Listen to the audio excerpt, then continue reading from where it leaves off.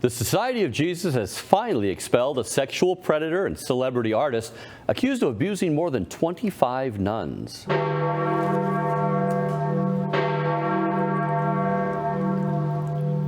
Join us with this good news, Church Militant Rome correspondent and the man who's been a bulldog on this story from its sordid beginnings, Dr. Jules Gomez. Jules, great news. Tell us about what happened. Yesterday, Brad, the Society of Jesus issued a press statement where they categorically said that Father Ivan Marko Rupnik had been expelled. The actual expulsion order came on the 9th of June last Friday, but Father Johann Verschuren, the delegate for the Houses of Rome, Rupnik's direct superior, told us about it only yesterday. Okay, so I'd imagine he's accused of sexually abusing more than 25 nuns. I guess they probably sacked him for sexual abuse, right? You can ask that question again. He was not sacked for violating his vow of chastity. He was not sacked for violating his vow of poverty, and we'll talk about that in a moment. He was sacked for violating his vow of obedience. On Monday, I wrote to Father Johann Verschuren and I asked him how come the Jesuits had permitted Rupnik to break his sanctions, to violate so blatantly the restrictions placed on him. He was not allowed to leave the Lazio region of Italy, that's the region of Rome. And Rupnik, in the beginning of June, defied this. He went to Bosnia and he went to Croatia. He was entertained by a bishop there and he was entertained by the Franciscans there. They even put out a note asking parishioners to contribute to, the restoration work that he had done on the Chapel of the Friars Minor. And obviously, the Jesuit leadership got to know of this. The media made a stink.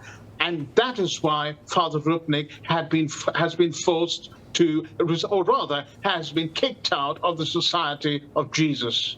Oh, isn't that amazing that he breaks out of house arrest, so to speak, and they get him on disobedience when, my goodness, he's accused of abusing for so long 25 nuns or more. Also, you mentioned he didn't break his vow of poverty. Tell us about how much money this guy had. Well, over 10 years ago, he started a company. Jesuits or religious are not allowed to own their companies, as you know, Brad. And this company in 2022 made more than €1 million in turnover, more than 120,000 euros profit. Father Rupnik owns 90% of the company, and a fellow nun whose name is Manuela Vietzoli, she owns 10% of this company. So he wasn't particularly poor either. Okay, so Rupnik is no longer a Jesuit. He can't put S.J. after his name, but he still remains a priest, right? He can still exercise his priestly ministry?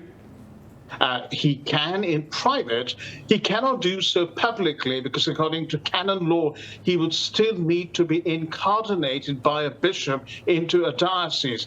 Now, it does seem like he is quite close to a number of bishops, including the Bishop of Far in Croatia, where he went to work on the bishop's apostolic palace. And there is a possibility, of course, that this bishop might take him on, but I think there's just too much to risk in terms of media bad publicity. So he's going to be a pariah, at least ecclesiastically, it seems, until all the heat and dust has died down. Okay, before moving on, Jules, just catch us up on the fact this guy was actually excommunicated at one point in time. Can you give us a quick detail there before we move on?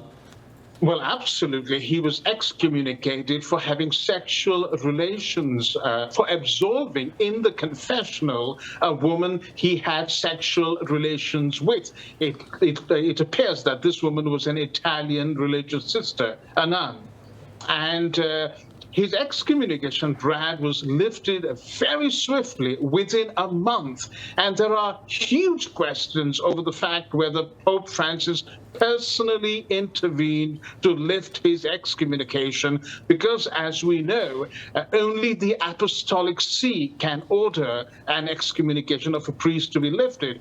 Now, Francis waffled over the issue when in January an Associated Press reporter asked him if he did lift Rupnik's excommunication personally, and he kind of, very carefully circumnavigated the question and gave a very evasive answer. So that is probably the biggest mystery to be resolved in this situation. Did Pope Francis lift Rupnik's excommunication? Because Pope Francis is a fellow Jesuit, and he's a long-time friend, a very close friend of Father Rupnik's. Now, Jules, even also before moving on here, it just, we say that Rupnik is accused of, we're very, deliberate with our language, accused of abusing 25 nuns.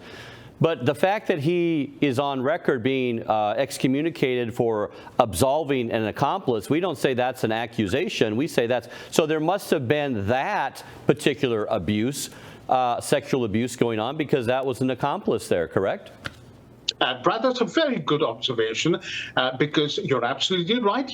Yes, there was, it was not an accusation. It was something that was proven. But more importantly, this whole business, this has been going on for 30 years, 3 decades, sexual, physical, emotional, and spiritual and psychological abuse of these nuns, many of them from the Loyola community in Slovenia, a community that Rupnik himself co-founded with the Mother Superior. There have been a number of testimonies from these nuns that have been published, and we at Church Militant have published all of them. Rupnik has not once said that he's innocent. Not once has he said that he's suing these nuns for defamation. But more importantly, these cases did go up before the Congregation for the Doctrine of the Faith, now the Dicastery for the Doctrine of the Faith. But they were dismissed because it was said that the statute of limitations on these cases has expired. And so Rupnik, again, because of a technical loophole, got off scot-free. I didn't even know such a loophole of statutes existed in such a case with the Vatican itself.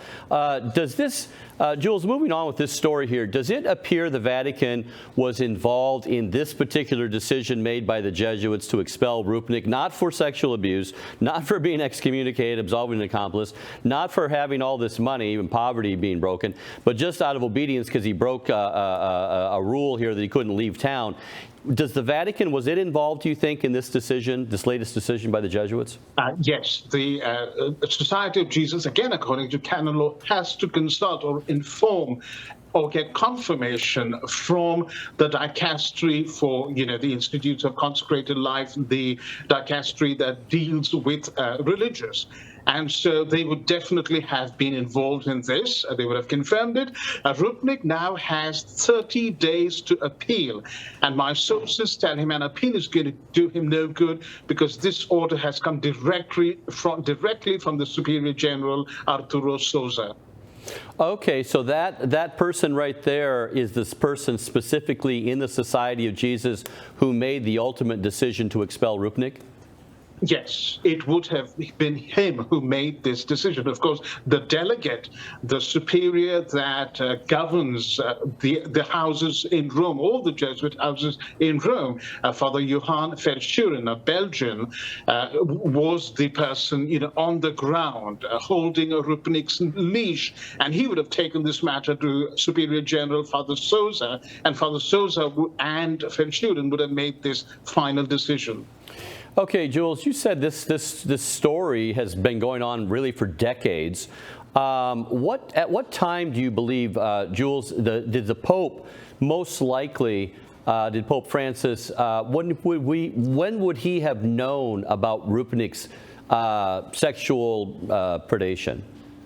He would have known in 2018, and he would have known about it at that time for 2 reasons. First of all, a number of sisters testified that they wrote directly to Pope Francis about the abuse. Secondly, of course, it went to the Congregation for the Doctrine of the Faith, which is headed by a Jesuit, Father Ladaria, who would have told the Pope. And given the very close relationship between Pope Francis and Rupnik probably told the Pope himself and pleaded with Pope Francis for clemency. Pope Francis, interestingly, even though he knew about all this, continued to favor Rupnik. In January, he had a personal audience with Rupnik. We have reported how he invited him to be the Lenten preacher to the papal household when Father Raniero Cantalamessa, the official preacher, was ill. And Francis continued to promote Rupnik. Even last week, Brad, remember, we reported on how Pope Francis sent a message to the Marian Congress in Aparecida in Brazil and used a Rupnik image. At the end of last year, the Vatican carried a Rupnik artwork on its front page on one of its stamp covers. So this is relentless, and Vatican News continues to use his images on their website again and again and again. Jules, you said Rupnik has 30 days to appeal from when that letter came out from the top Jesuit. Does it look, in your opinion, does it look like this is going to be finally the end of Rupnik's global career? Yes and no is the answer to that, Brad. Yes, it is the end of his career as a Jesuit. Most of the Jesuits are glad to see the back of him, although there are some who still continue to support him.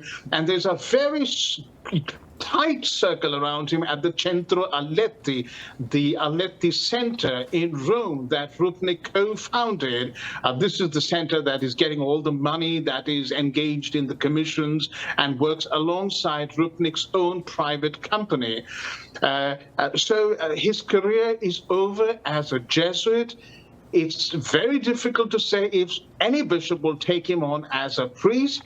However, as an independent entrepreneur, the unscrupulous bishops who have commissioned him, to do all these very grand projects that run into the millions are probably still likely with a wink and a nod to say, well, wear dark glasses and put on a hat and don a mustache, a false mustache, and come and do the stuff for us, and we'll slip you your cash under the table.